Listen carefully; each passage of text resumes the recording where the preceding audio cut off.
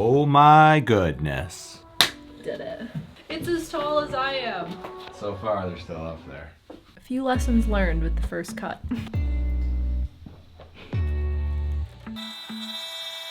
It turned out so light. Get your Elmer's glue ready. Should definitely hold it. Shouldn't be a problem. We could glue it. Oh, I got the colored sparkled kind.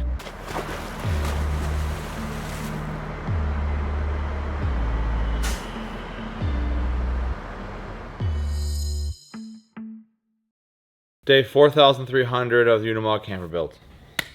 We are tired. This episode is a project that honestly we've been working towards with all the other projects, and that is the ceiling. Because before the ceiling goes in, we had to get the closet in, which meant we had to get the bed frame in, which means we have to get the overhead cabinets in. So the first thing we're going to be doing today is putting those overhead cabinets in place. And remember, we're not using traditional fasteners. Everything gets glued into place. So get your Elmer's glue ready. And should definitely hold it. Shouldn't be a problem. We just craft glue everything. Yeah, they said we could glue it. Oh, I got the colored sparkled kind. It sounds like we have a lot of work ahead of us, and all of this has to happen before our kitchen can go in, before our couch can go in, and then we can finally have our place to live back. So we are motivated to get this going.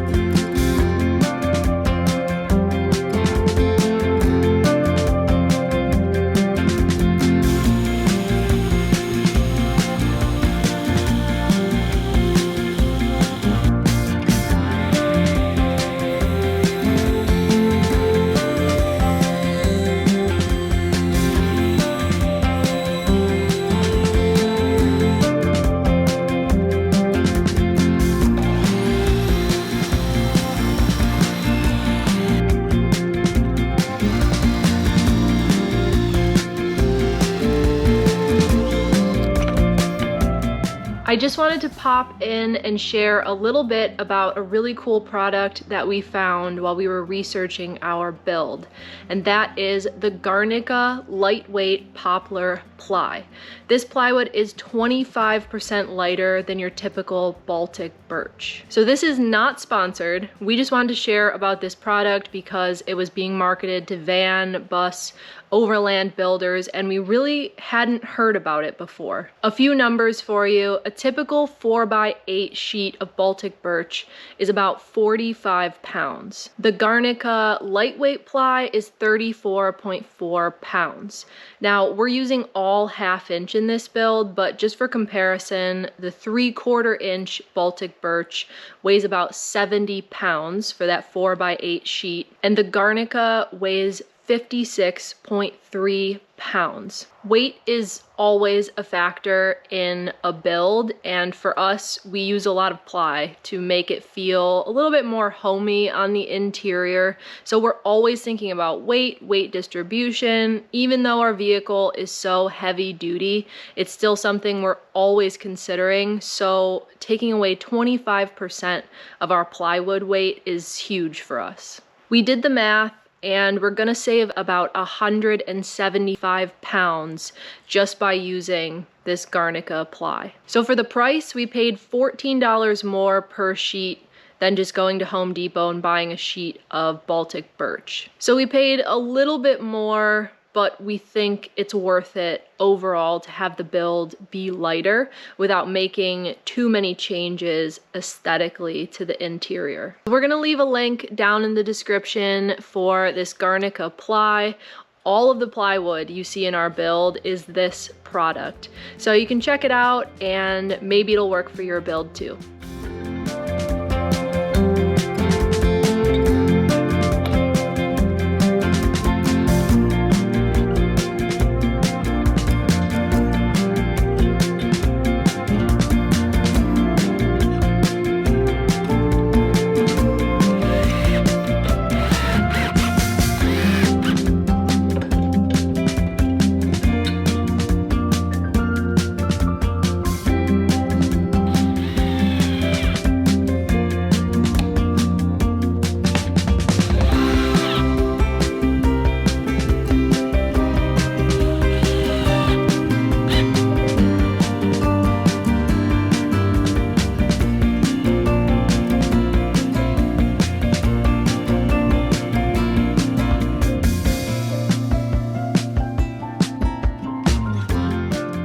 gonna run these cabinets over the finish line, and I'm gonna put the face framing on them. Super simple to do this, just running the wood through the table saw, popping it onto the front of the cabinets with some glue, maybe a few brad nails, and that's really it. The only thing that I have to consider with these is the section that I put above the cabinets where the strip lights will sit. So the face framing will come above that a little bit, but really that's it. Should be super, super simple today.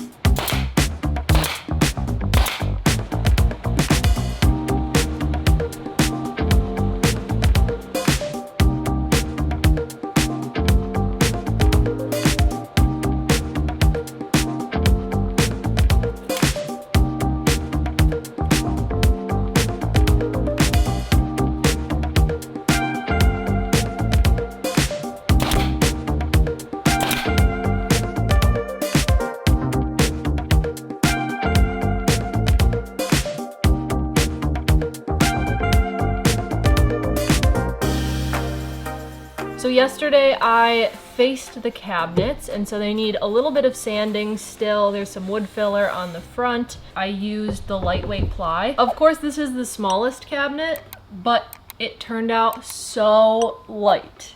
I'm really happy with the weight of all of them. The final piece to actually finishing these cabinets is to make the doors.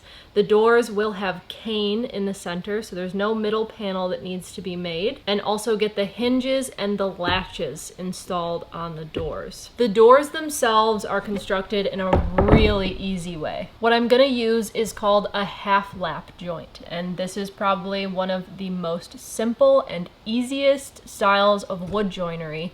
So these doors will have no nails or screws in them. They're held together simply with wood glue. And I've done this style of door in all of our builds for the upper cabinets, and they work out really well. Never had a single issue with them. As I mentioned, the middle panel is going to be cane. So I will router out a channel into that frame, then I will prime and paint the doors. After that, I'll soak the cane, stretch it into place, and staple it into the middle panel of the door. That might sound like a lot of steps, but it's really not difficult at all, and in the end, I will have 7 really strong, lightweight, beautiful upper cabinet doors.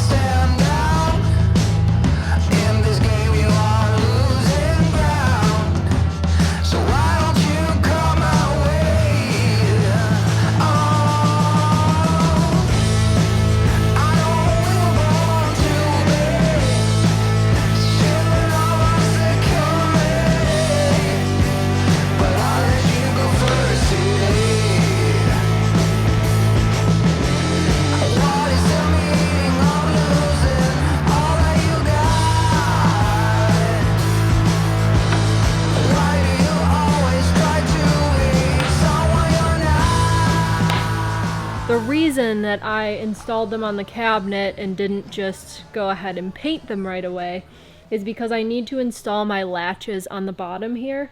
and I don't want to get them all finished, painted, drill that hole. For some reason, realize that it's wrong, and then I have to remake the whole door after it's completely finished. So I want to get that hole drilled in the front down here, test out the latch, confirm that it works, and then I can go ahead with the final steps of painting it.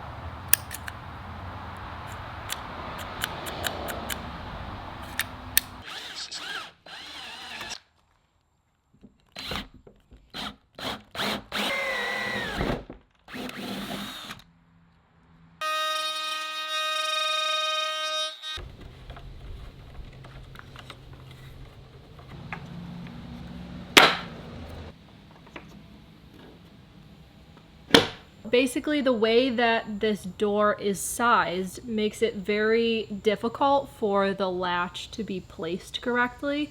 These are 2-inch rails in stiles, and I really didn't want to make them bigger than that because I don't have a lot of room. If I expanded each of these panels, the cane in the middle just gets smaller and smaller and would probably look a little bit funny. So I wanted to keep them at 2 inches. But with this latch, the latch kind of goes downward. So it goes in through the panel and then the little catch goes down. So I need to have room below the latch wherever it sits on the inside, but I was bumping up against the bottom plywood panel of the cabinet. So what I ended up having to do was route out a spot inside of the cabinet, and I did just test it out. If you put the little latch in there and then you close it, it works. It does work. I'm so excited. So the little catch is not glued or screwed in there at all, so it does come out when I open it. But this door was kept lightweight enough that just the hinges keep it open. That's another reason I didn't want to make any of these panels bigger. I don't want to have to add struts. I like that the hinges keep it open. So everything kind of, in the end, worked out. I get defensive when I think you're calling me out, but I don't scream, I don't shout. I seethe in my anger, I swallow my answers, I try to listen, but it's all bubbling out. Can you hear me now?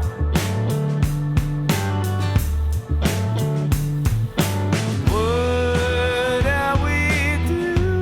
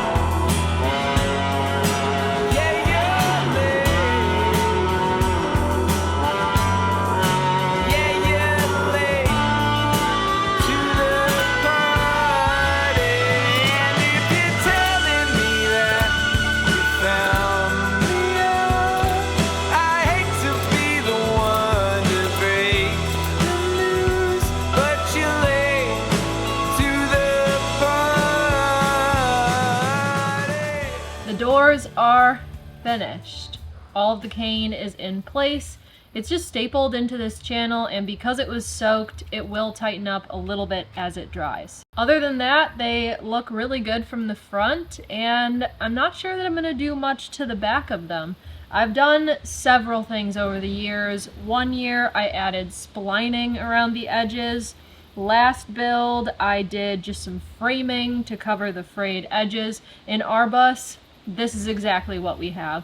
I think I'm gonna leave it for now and kind of think about it. The way that I constructed this, I can't do the splining, but I could do the picture frame edges. The thing that it'll interfere with is this latch that we have to make sure the overhead cabinet doors don't open. And I don't want anything to interfere with that, so it might just be more trouble than it's worth, really. And they look pretty good as is. So now I'm gonna put the hinges back on, I'm gonna get the latch in and reinstall them back on the cabinets.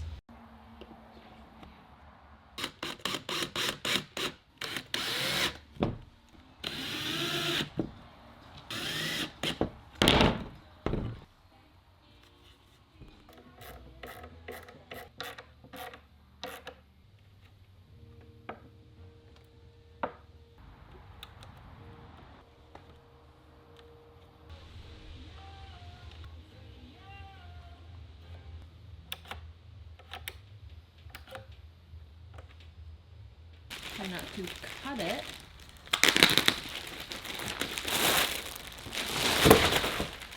Here I have a giant roll of cork. So this is a sheet, a giant sheet of 1/4-inch cork mat.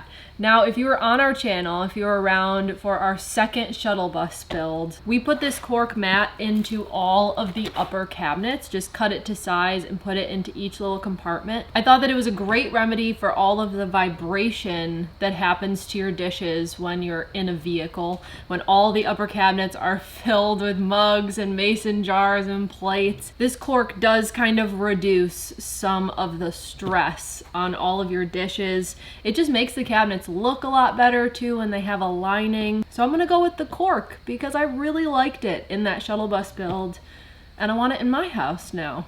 Rana is here and she's decided to take on the job of cutting the cork for the bottom of the cabinets and the drawers.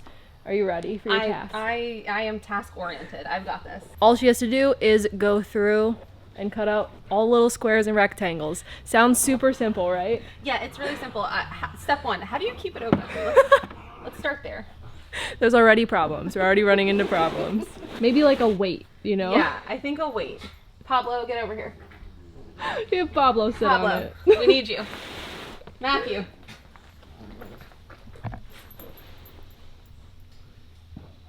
What are you guys doing? We're ready to go. And I'm such a child. I'm sorry. This is analysis problem. This is why I will be terrible at doing this job. You cut, but low.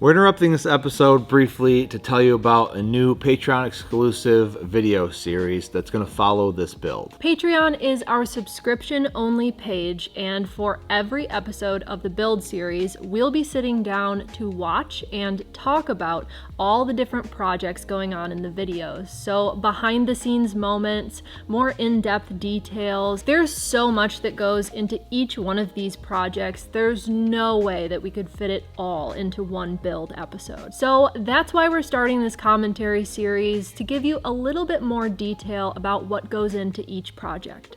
I wanted to go with some sort of lightweight alternative, and so originally I wanted to use Kusa, which is not plywood at all. It's an alternative to that. but it's used in the marine industry. It's used a lot on boats, and it is ultra lightweight and very comparable to ply.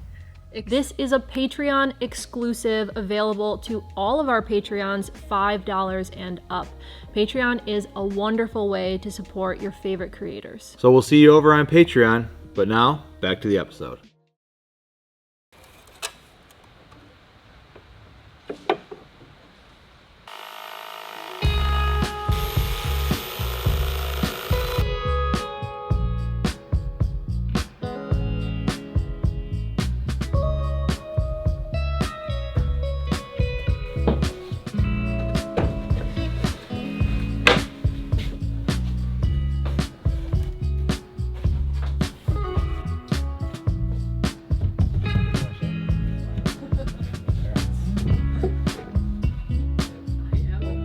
We learned a few lessons with this first cut. I cut the top of the cabinet to account for the capping that goes along the ceiling, but what I forgot is that we put spacers on the cabinets to lower them a little bit, so I actually don't need to do that. And then the trim on the back part looks good, but it can be shallower because of how low the cabinet's coming down. In the end, all of that is okay because there will be trim on the edges of the cabinets, thankfully, but few lessons learned with the first cut.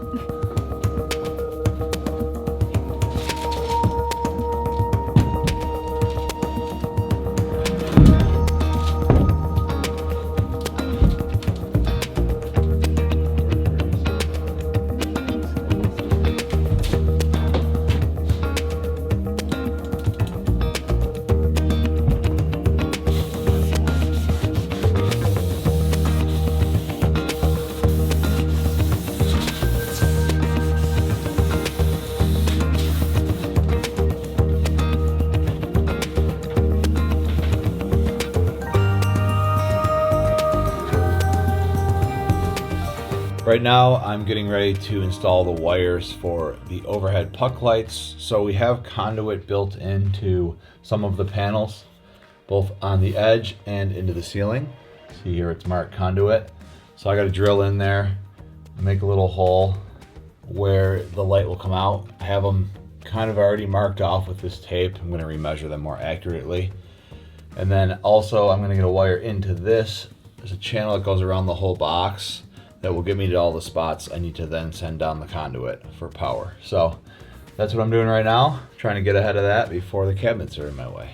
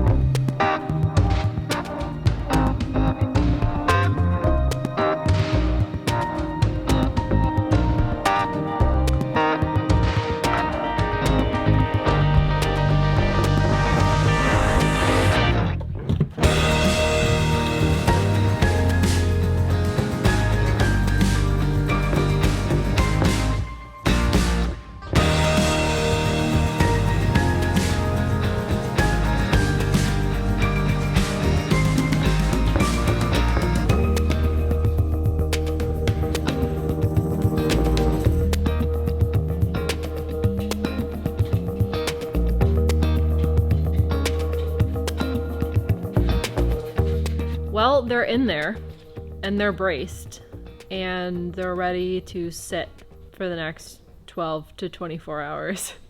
But it's really hard to tell what they look like. I honestly have no idea what they look like because of the cardboard and all the 2x4s, so I guess it's gonna be a surprise tomorrow when we come in, and we'll find out with you guys if it worked.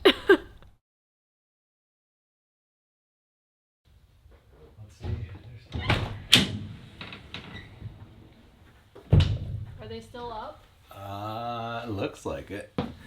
They didn't fall down, did they? I mean, there's boards under them. The real test is in a minute, but so far they're still up there. They're still in the exact same spot. Thank God. Yeah, that would have been sad if you came in here and the boards are on the floor. Cabinets are like broken. Wow. They're still here. Ooh, that's bright. It's messy in here. How's everything look? Amazing. Looks the looks pretty same good. as when we left, so it's hard to tell. There's a bunch of boards, so I can't really. You gotta pull the boards away. All the joints look good. Like they're squishing out from the edges. Yeah. I'm gonna have to pull the boards and see if it still holds up.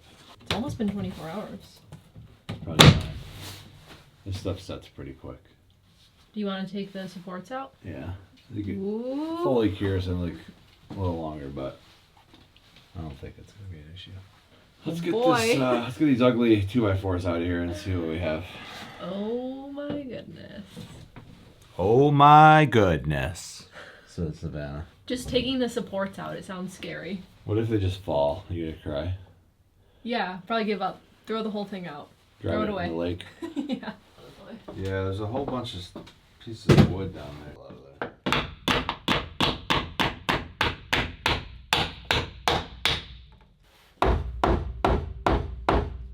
Dig it out. Sure. No, didn't fall yet. Good start. Good start. Yeah, this one. I got this one out. Hey, they're still up. Yes. It's up. It's holding itself up. It's as tall as I am. Oh. This is. Wow. They're up. Did it. Sweet. 2 more to go. All right. Oh yeah. Yeah, that's a good point. They didn't sink. Right. Or they'd be just wedged. Yeah. Yeah. It's free. Wow. One of the most exciting moments, I think. Yeah, that one looks good. Yeah, the hinges need to be adjusted on this one. Doesn't struts too. Yeah, that ain't going anywhere. That stuff's crazy.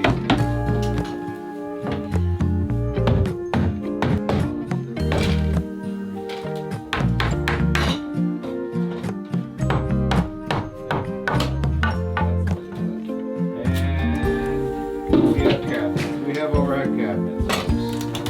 The smallest but mightiest cabinet. I have no idea.